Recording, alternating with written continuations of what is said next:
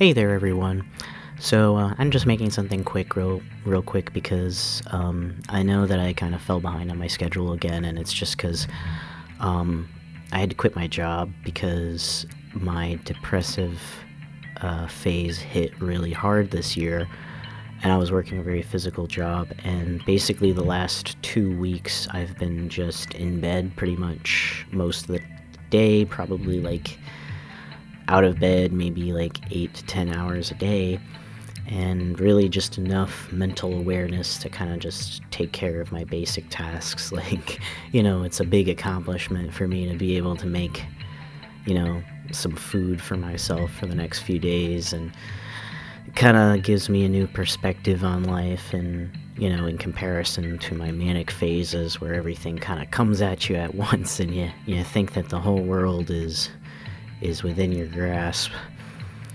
And it's frustrating, because I guess I want to talk a little bit just about what it's like to be me. I talk a lot about theoretical stuff, that's maybe more appealing to my viewers, but I kind of wanted to talk more about my experiences with my position in the world, because I think that like a lot of the discourse surrounding just like disability and mental illness in general is like very contextualized in a certain particular kind of language, especially like a very clinical language that we identify with like our diagnoses, and that does make sense in certain political contexts that are very important. I would say, for example, the autism advocacy movement, which emerged because of things like the Andrew Wakefield vaccine scandal and Autism Speaks and the proliferation of and criticism of ABA therapy, among many other things that really took off in the last 30 years especially. I think that the political identity of an autistic person as relating to their diagnosis makes a lot of sense, because ultimately their diagnosis is the surface in which they're being identified and oppressed, right? And for me, though, it's like, the relationship that I have with my diagnosis of bipolar is very different. I received my diagnosis, much later in my life, so it's not an identity so much as it is, a relationship with a medical apparatus as a whole. It's an identity to transmit me through in a system of insurance and healthcare. It's not a fundamental part of who I am, and this positions my politics and the relationship that I have with that diagnosis very differently. And as a result, it's kind of put me in this kind of really difficult position where I find it difficult to enunciate and discuss my the way I perceive my own illness. There's this discourse, and like you look at the politics of like bipolar these days, and it's pretty much just take your fucking pills. And the thing is that I don't even take my pills. I know that's I'll say it right now. Don't stop taking your pills just because I don't take my pills. I stopped taking my pills because of a very personal decision, and I did a lot of research into what I wanted to do about that, and I have a good social support system to be able to compensate for that, and a big part of that is not even because I want to necessarily, even though I don't like being on the medication, but a big part of it is also because I have had issues with access to medication, and I was frustrated with the reality of having to deal with transient access to this medication. I'd rather learn how to adapt the best I can now with what I have, rather than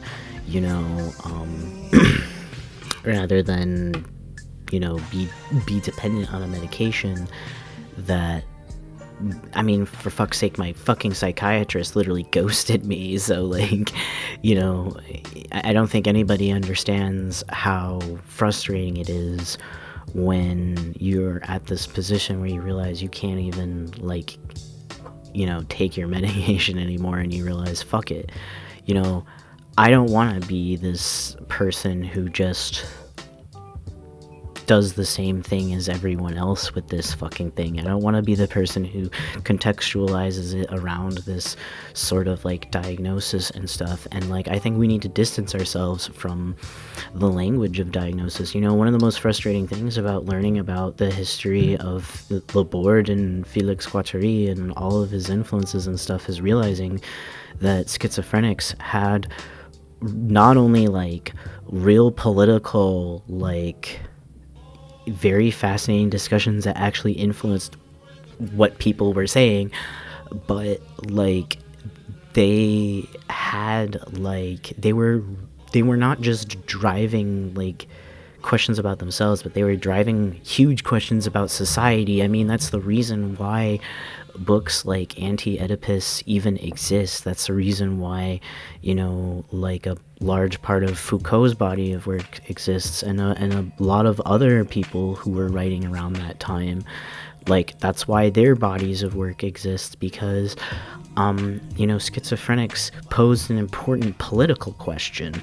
And it's frustrating that now, because of this transition towards this sort of like diagnosis based like politics, that, you know, that it's almost like we as a result of this, we've essentialized our identity through this politics, right? Like, you know, think of the concept of neurodiversity. Now, I'm gonna just say it right now that, you know, obviously neurodiversity has an important political value and has and I think that its core concept of the idea that people, you know, function differently is fundamentally correct.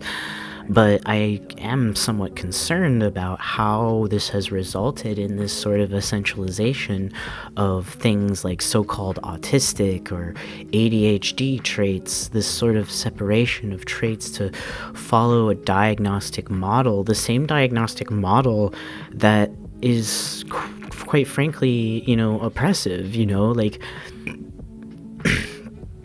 you know, I think that, you know, and I don't really know what the best resolution for this is, because I think that there is still value in the difference between, like, you know, somebody who has autism versus somebody who has schizophrenia. I think there's obviously, you know, something different going on between those two that allows for, you know, those things to be distinct, but I don't think it's something embedded in neurology. And that doesn't mean that I don't think that there are neurological factors that influence the development of autism and, you know, schizophrenia, but rather that I think that there's a fundamental problem in, you know, ontologizing, you know, like this diagnosis, like actually making it like reified based on the diagnosis itself. Because for me, I find myself really outside of the of my diagnosis. You know, I understand that my diagnosis of bipolar 1 is one that was made out of necessity because of like the medical situation that was presented to my doctors. But what is really frustrating about that is, you know, like, my condition is very severe. You know, it's not just what most people would consider like bipolar. It's not just what it's not what most people would consider like, you know, what most people with bipolar experience. And in fact, like, when I talk about my experiences, you know, like, yeah, I have the mood swings and everything, but I feel like I relate a lot more to schizophrenics and their experiences because of the psychotic episodes and, you know, my relationship with, you know, my tenuous grasp on reality sometimes. And, you know, as a result, and having to navigate that. And, you know, I exist in this strange space because, you know, when I when I'm manic, right? Like when I was this summer, there was a whole month where I didn't even like do anything productive. Like I just listened to music the whole time and had hallucinations. And at the time, I didn't even really think about it that way, but I spent a whole fucking month doing that. Just visualizing shit and experiencing like crazy weird shit. And it wasn't even the craziest shit. It wasn't even that crazy, but like it was still out there, And like I experienced that, and I experienced this dissociation, from reality caused by my brain going so fast. And it's almost like there's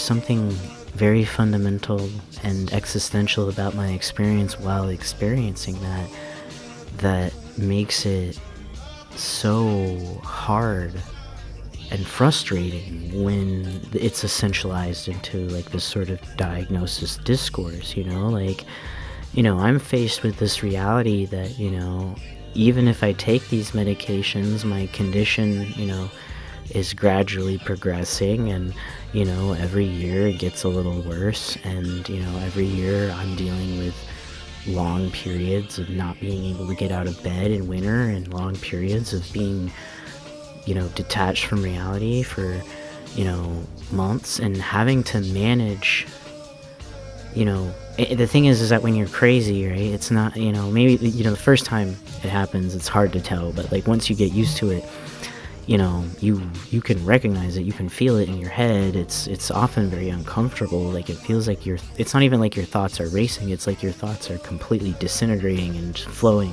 freely in a way that makes them unable to form structure. And it's kind of like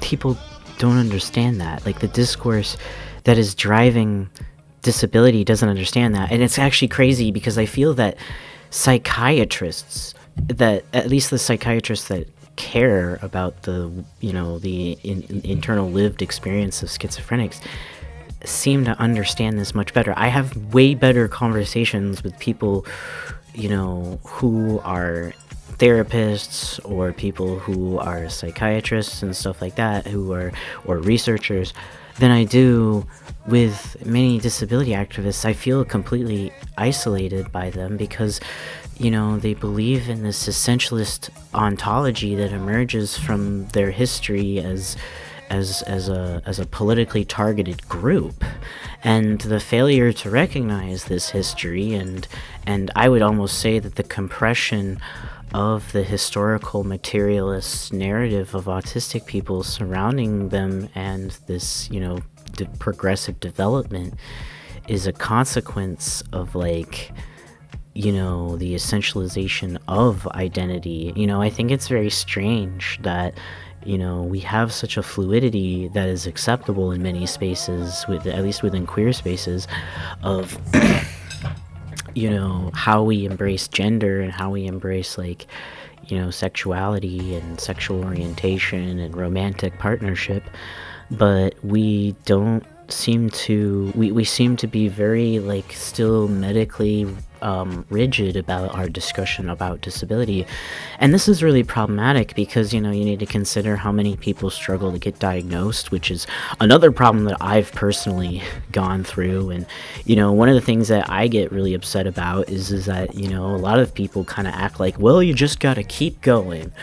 Well, you know what, I'm the one who has to keep fucking paying every time that I just keep going. And it's like, if it's not gonna be something that's gonna kill me right now, like, that's fucking expensive, okay? Like, fuck, the fucking CEO of United Healthcare got murdered last month because this shit is so fucking expensive. And like pretty much like a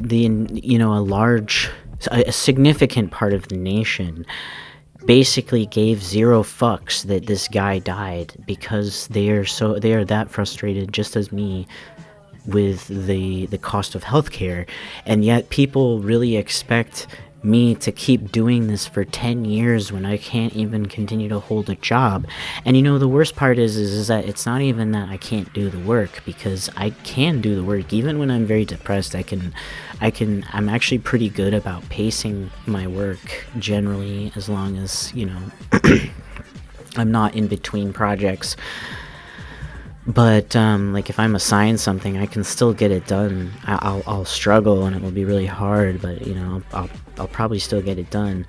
But like, no, it's stupid shit. Like, I can't even talk about it because there's potential litigation, and I have to wait and see how that rolls. But like, I will tell you right now, I've been discriminated against because of this fucking stupid diagnosis. And it's like, and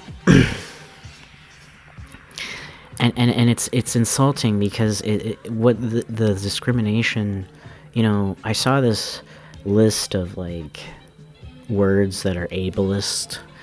And it was kind of crazy to me seeing slurs put next to words like crazy or insane or cuckoo or even mania. Like, I could kind of understand like being offended by crazy, just like in general, but like mania was really shocking to me, because it's like, yeah, mania is really disruptive to people's lives, but there's a reason why mania is treated as a word that can be like a metaphor, because mania can be very enjoyable. It can be too enjoyable, honestly. Like, that's kind of the problem with it. And as a result, we can see what mania produces, and we can see that that is produced in other contexts with other people.